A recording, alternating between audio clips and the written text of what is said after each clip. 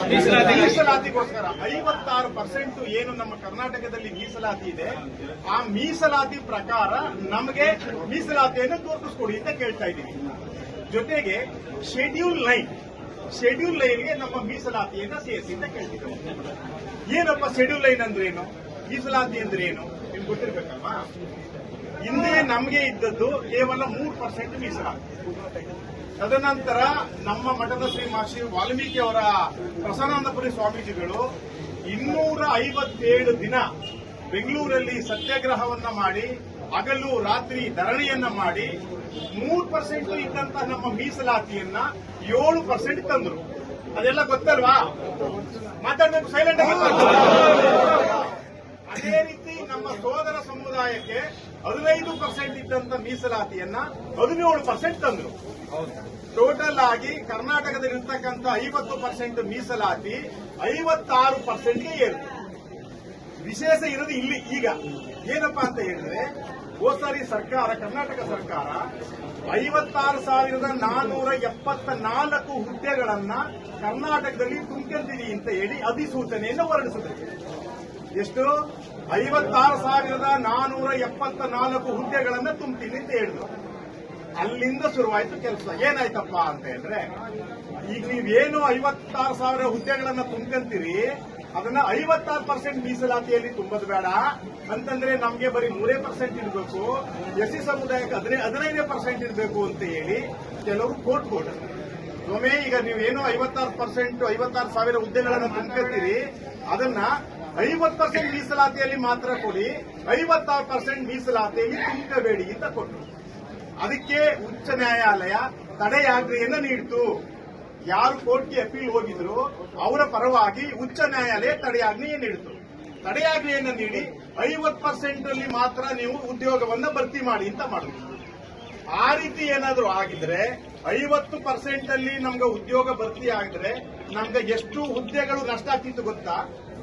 3,237 ಹುದ್ದೆಗಳು ನಷ್ಟ ಆಗ್ತಿತ್ತು. ಅದರಲ್ಲಿ ನಮ್ಮ ಎಸ್ಟಿ ಪರಿಶಿಷ್ಟ ಪಂಗಡ ನಮ್ಮ ಸಮುದಾಯಕ್ಕೆ 2,257 ಹುದ್ದೆಗಳು ನಷ್ಟ ಆಗ್ತಿದೆ. ಇವತ್ತಿನ ದಿನ ಒಂದು ಹುದ್ದೆ ತಗೋಬೇಕು ಅಂತಂದ್ರೆ ನಮ್ಮಂತ ಕೆಲ ಸಮುದಾಯದವರು ಎಷ್ಟೆಲ್ಲ ಕಷ್ಟಪಡಬೇಕಾಗಿದೆ ಗೊತ್ತಲ್ವಾ? ಅದೇ ರೀತಿ ನಮ್ಮ ಮಕ್ಕಳು ಚೆನ್ನಾಗಿ ಓದ್ತಾವ್ರೆ, ನಾವು ಡಾಕ್ಟರ್ ಮಾಡ್ತೀವಿ, ಮೆಡಿಕಲ್ ಓದಿಸ್ತೀವಿ, ಇಂಜಿನಿಯರ್ ಮಾಡ್ತೀವಿ ಇರ್ತೀವಿ. ಈ ಕಾನೂನು ಪ್ರಕಾರ 50% ಅಲ್ಲಿ ತಗೊಂಡ್ರೆ 300 ಜನ ಮೆಡಿಕಲ್ ಉದ್ಯೋಗಿಗಳ ಅಭ್ಯರ್ಥಿಗಳಿಗೆ ಮೆಡಿಕಲ್ ಸೀಟೇ ಸಿಗಲ್ಲ. 300 ಜನ ನಮ್ಮ ಸಮುದಾಯದ ಡಾಕ್ಟರ್ಗಳು ಆಗಲ್ಲ. ಇದಕ್ಕೆಲ್ಲ ನಾವೇನ್ ಮಾಡಬೇಕು? ಹೋರಾಟ ಮಾಡಬೇಕು ಅಂತಂದ್ರೆ ಕಾನೂನು ಸಂಬಂಧದಲ್ಲಿ ಹೋರಾಟ ಮಾಡಬೇಕು. ಈಗ 2022 ಅಕ್ಟೋಬರ್ ಅಲ್ಲಿ ಬೆಳಗಾವಿ ಅಧಿವೇಶನದಲ್ಲಿ ಸನ್ಮಾನ್ಯ ಬೊಮ್ಮಾಯಿ ಸರ್ಕಾರ ಇದ್ದಾಗ 50%ನ 56%ಗೆ ಸುಗ್ರೀವಾಜ್ಞೆ ಮುಖಾಂತರ ಜಾರಿಗೊಳಿಸಿ ಕಳಿಸ್ಕೊಡ್ತು ಅದನ್ನ. ತದನಂತರ 2023 ಕಾಂಗ್ರೆಸ್ ಸರ್ಕಾರ ಬಂತಲ್ಲ, ಆಗ ಅವ್ರೇನ್ ಮಾಡ್ಬೇಕಾಗಿತ್ತಪ್ಪ ಅಂತ ಸದನ ಕರೆದು ಸದನದಲ್ಲಿ ಒಪ್ಪಿಗೆ ಪಡ್ಕೊಂಡು ಅದನ್ನ 9 ಶೆಡ್ಯೂಲ್ಗೆ ಸೇರಿಸಿ ಅಂತ ಹೇಳಿ ಕೇಂದ್ರಕ್ಕೆ ಮಾಹಿತಿಯನ್ನು ಅಥವಾ ವರದಿಯನ್ನ ಕೊಡಬೇಕಿತ್ತು. ಬಟ್ ಆ ಕೆಲಸ ಆಗಿಲ್ಲ. ಒಂದು ಲೆಟರ್ ಬರೆದು ಕರೆಸ್ಪಾಂಡೆನ್ಸ್ ಮಾಡಿ ನಿಂತೋಯ್ತು. ಈಗ ನಾವು ಹೇಳ್ತಿರೋದು ಏನಪ್ಪಾ ಅಂತಂದ್ರೆ, ಮೇನ್ ಶೆಡ್ಯೂಲ್ ಯಾಕೆ ಸೇರಿಸಬೇಕು? 9 ಶೆಡ್ಯೂಲ್ ಕೇಳಿದ್ರೆ ಈ ತರ ಕ್ವಶನ್ ಮಾಡಕ್ಕಾಗಲ್ವಾ? ಈ ಕ್ವಶನ್ ಮಾಡಿದ್ರಲ್ಲ, ಕ್ವಶನ್ ಮಾಡಿದವಕ್ಕೆ 50%, 50% ತಂದಿರಿಸೋದು. ಇನ್ನೊಂದು ವಿಶೇಷ ಗೊತ್ತಾ? ನಾವು 56%ಗೆ ಇಷ್ಟೊಂದು ನೀರು ಕುಡಿತಾ ಇದೀವಿ ಕರ್ನಾಟಕದಲ್ಲಿ. ತಮಿಳುನಾಡಲ್ಲಿ 67% ಇದೆ, ಮಹಾರಾಷ್ಟ್ರದಲ್ಲಿ, ಮಧ್ಯಪ್ರದೇಶದಲ್ಲಿದೆ, ಜಾರ್ಖಂಡಲ್ಲಿದೆ. 4 ರಾಜ್ಯಗಳಲ್ಲಿ 76% ಮೀಸಲಾತಿಯಲ್ಲಿ ಉದ್ಯೋಗ ಇರ್ಬೋದು, ನೇಮಕಾತಿ ಪ್ರತಿಯೊಂದು ನಡೀತಾ ಇದೆ. ನಮ್ಮಲ್ಲಿ ಯಾಕೆ ಈ ತರ ಕೊರತೆ ಆಗ್ತಾ ಇರೋದು? 56% ಅಂಗೀಕಾರ ಆಗಿದ್ರು ಕೂಡ ಉದ್ಯೋಗ ಕೊಡೋ ನಿಟ್ಟಿನಲ್ಲಿ ಸರ್ಕಾರ ನಮ್ಗಳು ಮಾಡ್ತಾ ಇರತಕ್ಕಂಥದ್ದು ಇದು ನಮ್ಮ SC ST ಸಮುದಾಯಗಳಿಗೆ ಸರ್ಕಾರ ಮಾಡ್ತಾ ಇರೋದಂಥದ್ದು ಇದೊಂದು ಐತಿಹಾಸಿಕ ದ್ರೋಹ. ಹೌದಲ್ವೋ? ದ್ರೋಹ. ಇದನ್ನ ನಮ್ಮ ಹೋರಾಟ ಏನಪ್ಪಾ ಅಂತಂದ್ರೆ, ಈಗ ನೀವೇನು 56,474 ಹುದ್ದೆಗಳನ್ನ ಭರ್ತಿ ಮಾಡ್ತೀರಿ, ಆ ಹುದ್ದೆಗಳನ್ನ ನೀವು 56% ಮೀಸಲಾತಿ ಅಡಿಯಲ್ಲೇ ಮಾಡಬೇಕು ಅಂತ ನಂಬೇಕು. ಏನಾದ್ರೂ ಸರ್ಕಾರ ಈಗ ಒಂದು ಸರ್ಕಾರ ಒಂದು ಅಫಿಡೇವಿಟ್ ಆಗ್ತು ಕೋರ್ಟಲ್ಲಿ, ನಿಮ್ಗೆಲ್ಲ ಮಾಹಿತಿ ಇದೆ ಅಂತ ತಿಳ್ಕೊತೀನಿ. ಏನಂತ ಮಾಡೋರೆ, 56% ಅಲ್ಲಿ ನಾವು ನೇಮಕ ಮಾಡ್ಕೊತೀವಿ, ಅದರಲ್ಲಿ 6% ಈಗೇನು ಹೆಚ್ಚುವರಿ ಇದೆಯಲ್ಲ ಅದನ್ನ ಪೆಂಡಿಂಗ್ ಇಟ್ಕೊಂಡು ಕೇವಲ ಇದು 94% ಬರ್ತಲ್ಲ, 194% ಬರ್ತಲ್ಲ ಅಂತವ್ರು ಮಾತ್ರ ನಾವು ಆದೇಶ ಕೊಡ್ತೀವಿ. ಈ 4% ನಾವು ರಿಸರ್ವ್ ಮಾಡ್ತೀವಿ. ಇದಾಗ್ತದ ಇದು? ಈಗ 56,000 ಜನ ಎಲ್ಲನೂ ಊಟ ಕುಂಡಿಸ್ಬಿಟ್ಟು 3,000 ಜನಕ್ಕೆ ತಟ್ಟಿಗೆ ಅನ್ನ ಹಾಕಿ ನೀರು ಕೊಟ್ಟು ಎಲ್ಲಾ ಊಟ ತಿಂಡಿ ಎಲ್ಲ ಇಟ್ಟು ನೀವು ಊಟ ಮಾಡಬೇಡಿ, ನೀವು ಮಿಕ್ಕವರೆಲ್ಲ ಊಟ ಮಾಡಿ, ನಾವೆಲ್ಲ ಬೆಲ್ ಹೊಡಿತೀವಿ, ಗಂಟ ಹೊಡಿತೀವಿ, ಆಗ್ಲೇ ಊಟ ಮಾಡೋರು ಏನಾದ್ರು ಒಪ್ಕೋತೀರ ನೀವು? ಇದಕ್ಕೆ ಏನ್ ಮಾಡ್ಬೇಕು ನಾವು ಈಗ? ಇವಾಗ ಕೊಳ್ಳೇಗಾಲದಲ್ಲಿ ಬೃಹತ್ ಪ್ರಮಾಣದಲ್ಲಿ ತಾವೆಲ್ಲ ಕೂಡ ಕೆಲಸ ಬದುಕು ಎಲ್ಲ ಬಿಟ್ಟು ಈ ಹೋರಾಟಕ್ಕೆ ಧುಮುಕಿದ್ದೀರಿ. ಈ ಹೋರಾಟ ಕೇವಲ ನಮ್ಗಲ್ಲ, ನಮ್ಮ ನಂತರ ಬರ್ತಕ್ಕಂಥ ನಮ್ಮ ಪೀಳಿಗೆಗೋಸ್ಕರ, ಅವರ ಭವಿಷ್ಯಕ್ಕೋಸ್ಕರ.